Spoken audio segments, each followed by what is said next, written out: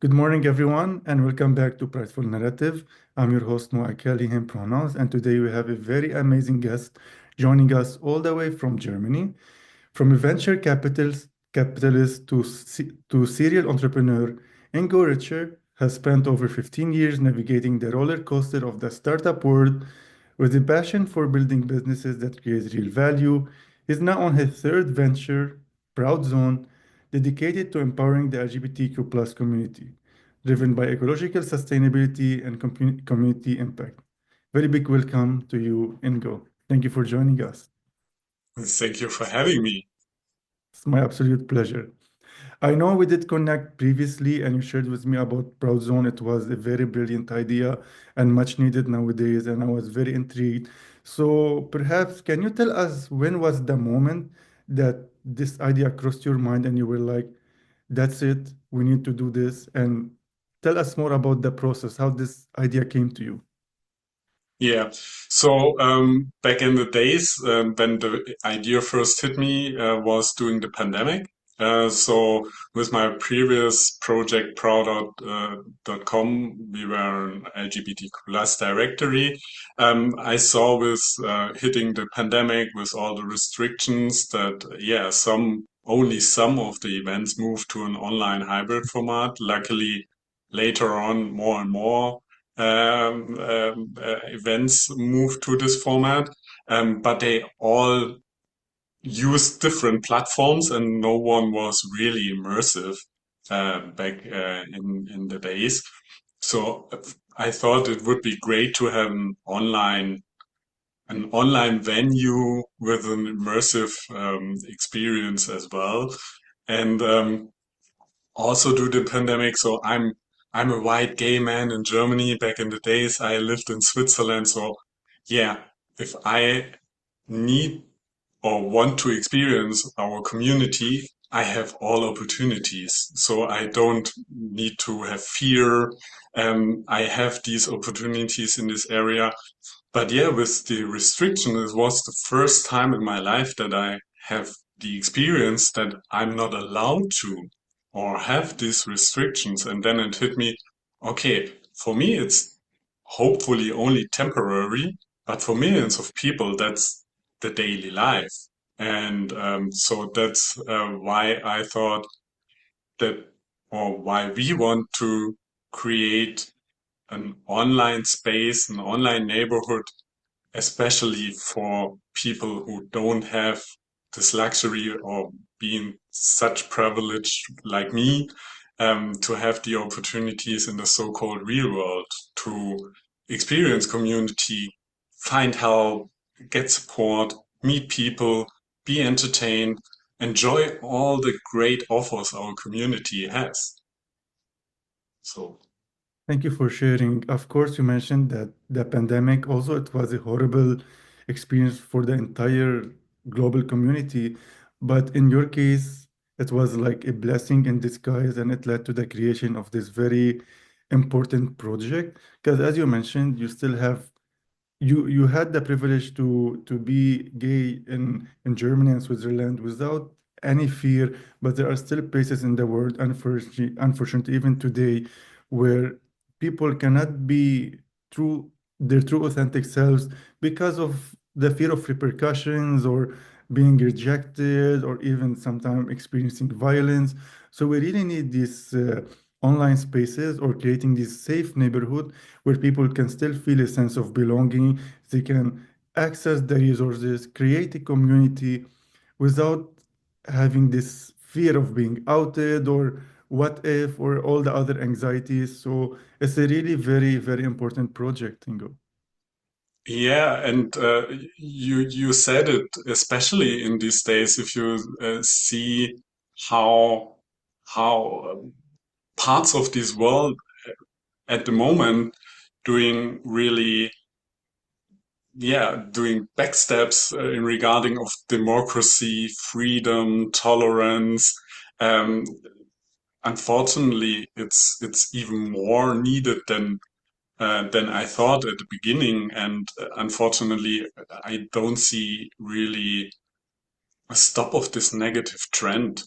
And yeah, for these people, like I said before, we want to create at least safe online space where they can be.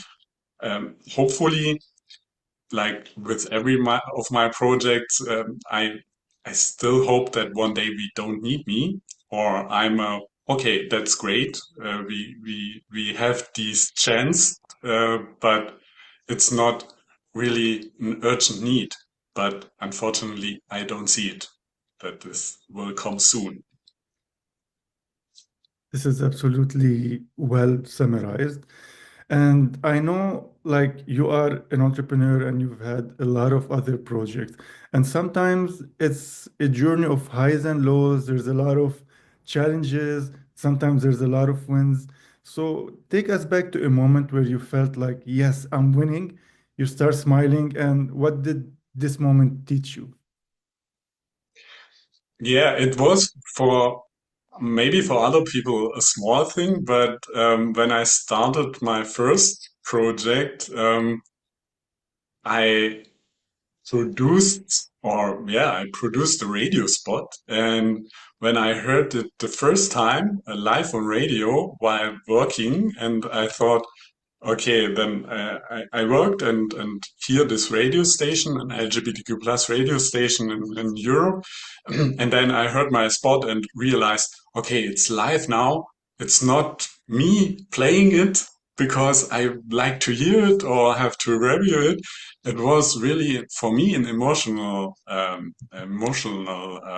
moment because I never thought of it that I'm be able to have a company and even have a radio spot. Like I said, for many people, it's not that maybe not that important, but yeah, that's something I still smile when I think about the feeling when I heard it the first time. And even if I don't have this project anymore, the radio spot is still my ringtone on my phone. Um, but yeah, you mentioned up and downs. It was definitely an up, but also the spot is great. I love it, of course, but the timing when I decided to do it, this was a mistake. So it was too early. For my budget, it was too expensive. Like I said, too early on our product. And yeah, so that's, but like you mentioned, it's always an up and down. And, but definitely something I smile a lot about. I mean, this is very exciting news. I'm sure it was a big milestone to be on the radio. And I like how you're putting it now as your phone ringtone just to remind you of this successful moment. And also, it's a very beautiful moment that's very special. And I'm sure you feel super proud about it. Yet, you still feel like there was some space for learning from that situation, not to rush, not to be overly passionate. And sometimes it costs you more than your budget. And it can prolong your project timeline instead of like focusing on finalizing these steps. You become so excited and then you start becoming distracted by the idea of it before it becomes manifested into reality. So this is a very good advice you shared for other entrepreneurs out there. Yeah, yeah. And definitely, like you said, ups and downs. And the it's important that you learn from it, from the good experiences, but also from the, I would say, not so positive experiences. And at least as long as you learn from it, then you can at least have some benefit out of it. Mhm. And I know that there are some other online spaces for the members of LGBT community. So what makes ProudZone different from other spaces? What makes it unique? What makes us unique is the focus really on security and also accessibility of the crowd zone. Security really in many different layers from really how we can make most possible secure that third parties, for example, can't track our users, which is very important, especially in areas of this world where, yeah, the government or other interest parties, I would say, are interested in finding out which people maybe are part of the community. And so that's one layer. And but also a layer within the proud zone to prevent our users from cyberbullying, harassment, hate speech, and still also kind of trolls or also the third parties who wants to invade Mhm. the proud zone to find their information. So that's definitely something which makes us unique. Also the accessibility. So our main goal is that we really are accessible over every internet connected device. So you don't need the app, you don't need VR or whatever to experience us. So that's the ultimate goal, and where I think makes us really unique and special. Of course, it's you mentioned like safety and accessibility, and these are very important layers. And you also mentioned that you're trying to protect the the service users or the people that will be using this neighborhood or platform from cyberbullying or homophobia or other forms of insults. Can you tell us also more how are you ensuring their privacy and confidentiality is in place and that, for example, no one will collect their information, no one will out them without their permission. I know we had the discussion before, and I know this project is still in progress, it's not finalized. But can you tell us what's been happening in this area of privacy and confidentiality? Yeah, so I don't want to go too much into detail because yeah, it will be our USP. But yeah, in general, it has a lot of to do with, for example, where your servers are located. So and also which technology you use and how much data we want to collect from our users. So because, for example, if we decided to collect as less information from our users as possible, then the chances that we, for example, get hacked or intrude somehow, and these informations can will be released somehow, will be minimized. Like I said, the location of the server. At the moment, you mentioned we are still in the beginning phase. That's why we don't have much server farms at the moment. But these server we have, for example, are located in Germany, which has one of the most restricted privacy regulations and rules. Yeah, so sometimes that's an hassle, but in this case, an advantage for us. And also with the selection of technology we use, that we make sure that if we use third parties, for example, that they are hosted in the EU at the moment, or yeah, that the third parties have also their focus on security, which reduces a little bit of the choices we have. But yeah, if we promise we do our best for security, then we have to do it. And Thank yeah. you for the reassurance, Ingo. I know like privacy and confidentiality is very, very important for many members of the LGBT community, as you are already aware and as you are already working on this point. So thank you for everything that you're doing to ensure that this privacy and confidentiality is taking place with the highest regulations that you mentioned. You're welcome, and thank you for mentioning it. Of course. And like I know, like many other founders, sometimes there are some challenges, and you have to step up and do the things that others are not able to do. So, what is this one skill that you learned along the way? And can you share more about it with the audience? Yeah, definitely. It's kind of what we did now. So in the beginning, I never thought that I'm be able to have so much conversations with people all over the world, different backgrounds, different positions, different everything. And mostly in English, which is not my first language. And to be brutal honest, I failed nearly in school in this subject. Oh, And so I never thought your English about is it. amazing, I have to say so. Thank you very much.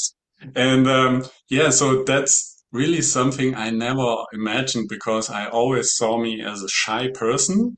Mm, And but today I don't want to miss it because I'm now have my own startups for 10 years now.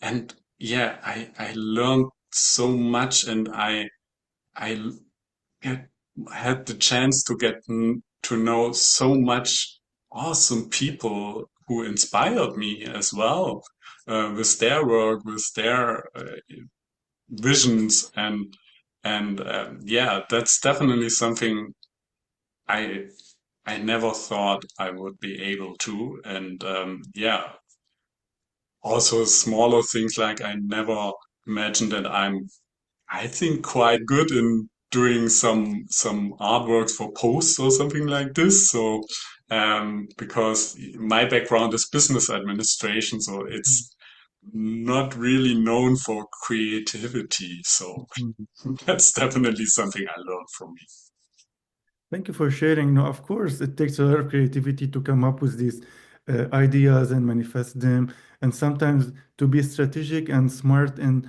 the people you want to work with and have them as your co-founders in this project to make it more proficient, more efficient, faster to actualize and come into place. So it takes a lot, of course, a lot of creativity, a lot of inspiration, a lot of intelligence, a lot of hard work and sacrifices. And I mean, part of what you're doing now is exactly what the founder would do to spread the word, to share awareness, to try to connect with people, networking, raising some funds and like increasing the budget to support more people, to support the team. So, I mean, you're doing it all and you're doing it perfectly, and your English is amazing. So keep it up, Ingo. you very much. Okay, so how do you envision ProudZone changing the game for LGBT folks who are still in areas that are less connected or more repressive environments? Yeah, like I mentioned before, we focus on the security and also the accessibility. And yeah, we hopefully change their daily lives as well. So we don't want to be only a portal for spending your free time to get entertained. We really want to be a knowledge base and a tool to improve daily lives as well. Even if we only can do it in a small part of the life, but I'm a believer of a lot of small things can become something great. Mhm. And if we can play a part in it to improve lives also in the so-called real world, yeah, then we did something great. And so that's something I envision that ProudZone will really Mhm. be an improvement for people also in their daily lives. I mean, you mentioned a very important point that sometimes it's all about the small wins that accumulate.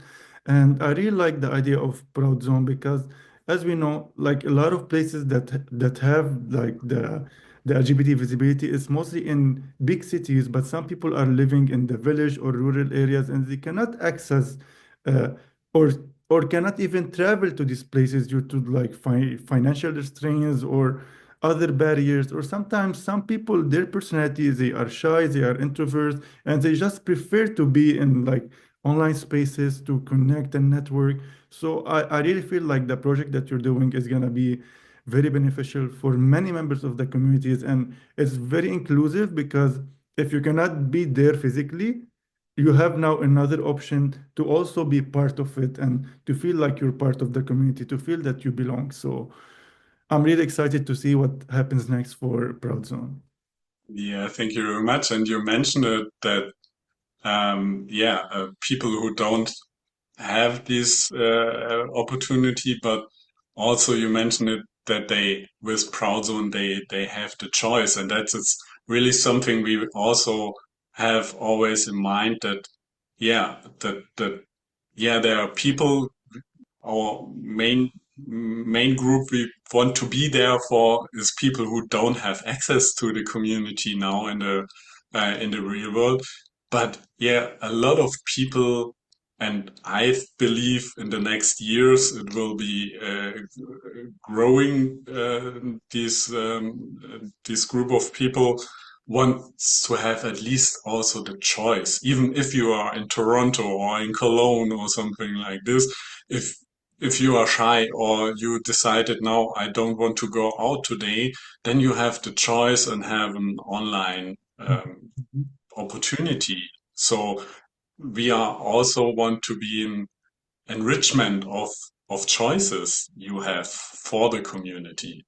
So that's something we also have in heart because, like I mentioned, I think or I believe the group of people who wants to have at least the choice for online or hybrid format experiences will grow. If you're looking at the gamers, not only the gamers, but they are the biggest group at the moment for digital um, formats, I would say. Mhm. And and if you look for the younger generations, then you see also how they use Mhm. online and digital um, offers in their daily lives. I never imagined when I was young. So I didn't know when it was young that this could be possible one day. So I really like that you're giving people another option for them to be free to choose if they prefer to be like in a physical neighborhood or some people prefer to be in a digital neighborhood. So it's all about different preferences and you make it more inclusive, you make it more accessible. And then you mentioned that even the new generation sometimes they prefer connecting like online because most of them you can see they are on social media chatting on Instagram, joining these Instagram groups or TikTok or other platforms, or you mentioned like people playing video games and they are so immersed in this digital world. So I know like the way forward is becoming more and more digital, and you're creating this space for people who have this choice as their preference. yeah, yeah, at least that is our goal. So yeah. I'm gonna ask you now a personal question. So if you're comfortable, feel free to tell us more, but don't feel pressured. So I know you shared in a previous discussion that you've been with your husband for over 20 years. How does personal experience influence your professional journey, especially as a queer founder? Yeah.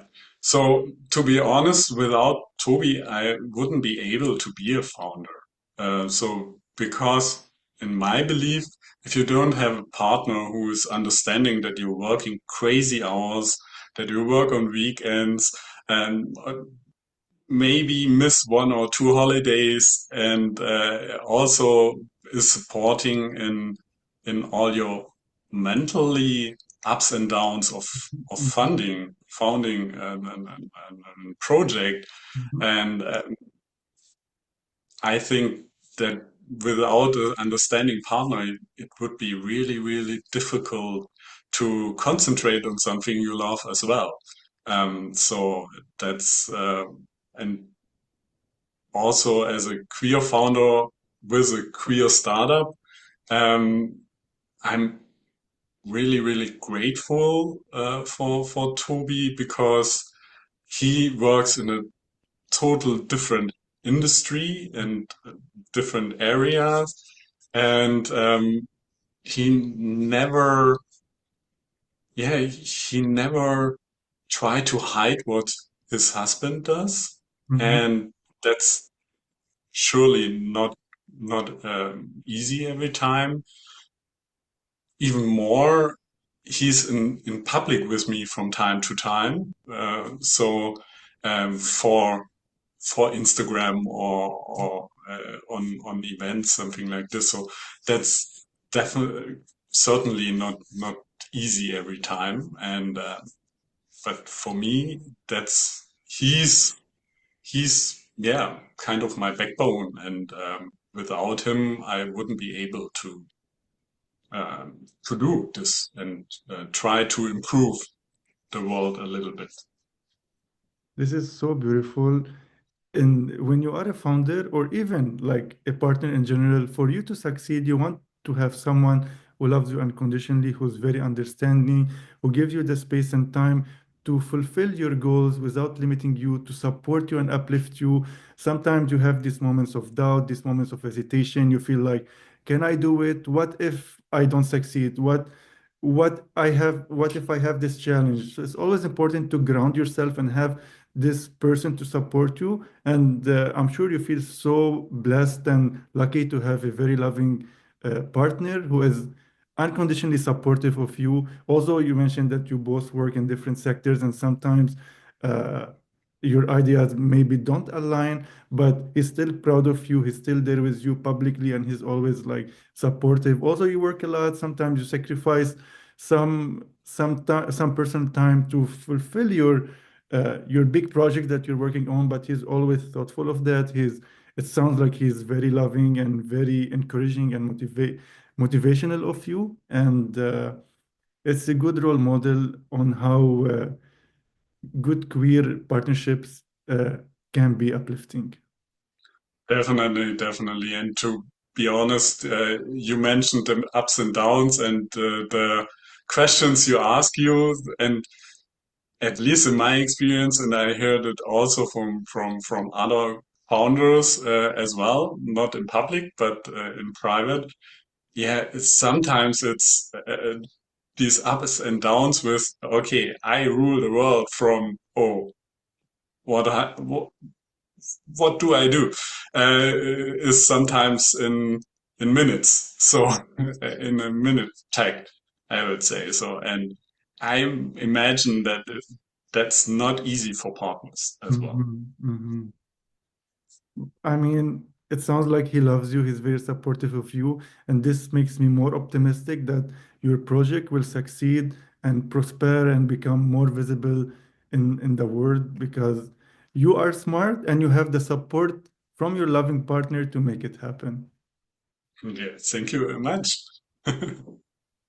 Okay, so I know as a founder, an animation-driven startup, culture matters. So what kind of team are you building at ProudZone and what values are non-negotiable to you? Yeah. So, first of all, for me, it's important that I have the right people on my side or in the team. So doesn't matter where they are located or also in which peer group they are. And so that shows also in the co-founding team, which is spread in, through uh, across Canada, Portugal, Germany. So that's rule number one, that I want to have, or we want to have the right persons for us. And but also we want to yeah create a culture where people feel feel welcome, understand it, um, taking serious, and don't never will have fear of thinking out of the box, because only with thinking out of the box, I think we always can grow and improve and also conquer the challenges of the next years, which will be massive, I think. And on the other hand, on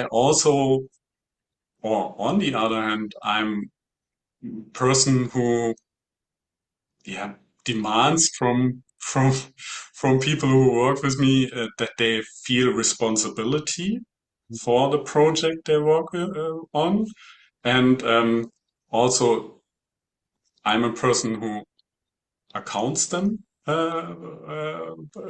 for their responsibility if it Show me the worked and result. if Show me it's the don't work. work. And yeah, for me, definitely a must if tolerance and a really a minimum of etiquette Mhm. in regards of how we treat people Mhm. and respect. So these are the really for me must-haves. I mean, these are very crucial. You mentioned like the mutual respect, the professionalism, to be accountable of your own work, and of course, they need to be aligned with your vision and the project that you're working on. So, as a founder, you're really impressive. You're very inspiring, and you're creating a culture where you don't need to have fear. You don't need to worry if you're thinking outside of the box. In fact, you are encouraging that because that's how you allow creativity to happen. That's what make you succeed and expand and grow. So I really like this. Yeah, and what's also really important for me is that I hope I we will create because we are a founding team is that people never have fear also to criticize us if Mhm. it's needed and if it's really with respect because yeah we also only can grow and improve if we get the feedback, an honest feedback, if we go the wrong direction. I I really experienced it in a lot of companies that people have fear to tell them their manager or boss that they not agree with the way they they act at the moment or the way the strategy goes or other examples. And even it's sometimes painful for my ego, it's still necessary that people in my team are never be afraid of also criticize me. Like I said, if it's in a respectful way, Mhm. but that's Mhm. back to my no-goes or I know, must-haves is respect. totally. I mean, we are imperfect human beings. Of course, no one can be perfect, but feedback can help us become excellent in what we're doing. And of course, we need to be humble and open to receive this feedback and allow people to feel confident and safe in us to give us this feedback to help us grow. So I really love that. And of course, in a respectful manner, as you mentioned. Yeah, the respect is I think the key, and unfortunately also a lot of uh, uh, a lot of missed in in the current times, I would say. Mhm, mhm. I mean, if there's no respect, you cannot have a working or even personal bond with anyone. They need to feel appreciated, respected for them to give from their energy and time to make the work happen. Awesome, Ingo. I'm gonna wrap it up with this question. I know this project is not done and you're still progressing and working on other steps. So, what is the message for others who are willing or interested to support you? What kind of people are you looking for? Or what is your message for like investors who are interested in helping you? Yeah, so really people can help us first of all to spread the word about us. So following us on our socials and but also yeah give us advice as well. Also what they think they need in such a space so that we can grow and yeah, bring also their talent on the table. I would say we are always open for it. And regarding of investors, great question. Is yeah, if you want to invest in uh, a project who really wants to improve the life of our community in a most safety way, which is not what every network, I would say. I don't call us network per se, but many networks step down on this topic at the moment. Then, yeah, we should talk. Awesome. I love how open you are to feedback. You keep mentioning feedback, feedback, feedback. That's how you improve. And for those who are interested to be in touch with you, what is the best way to reach you? Is it like LinkedIn or email, or what is your preferred method? Yeah, so if you want to reach me directly, it's the best via LinkedIn to connect or send me a message at Ingo at proud.zone. And if you are interested in general about ProudZone, then proud.zone, and then also you can fill out the contact form on the website. Awesome. I'll put all this information in the description below so people have more accessibility to you and to ProudZone. And I really want to thank you, Ingo, for everything you're doing for this very amazing project. I'm so excited to see the next steps, and we have to connect once the project is finalized because I want to see how this project is progressing.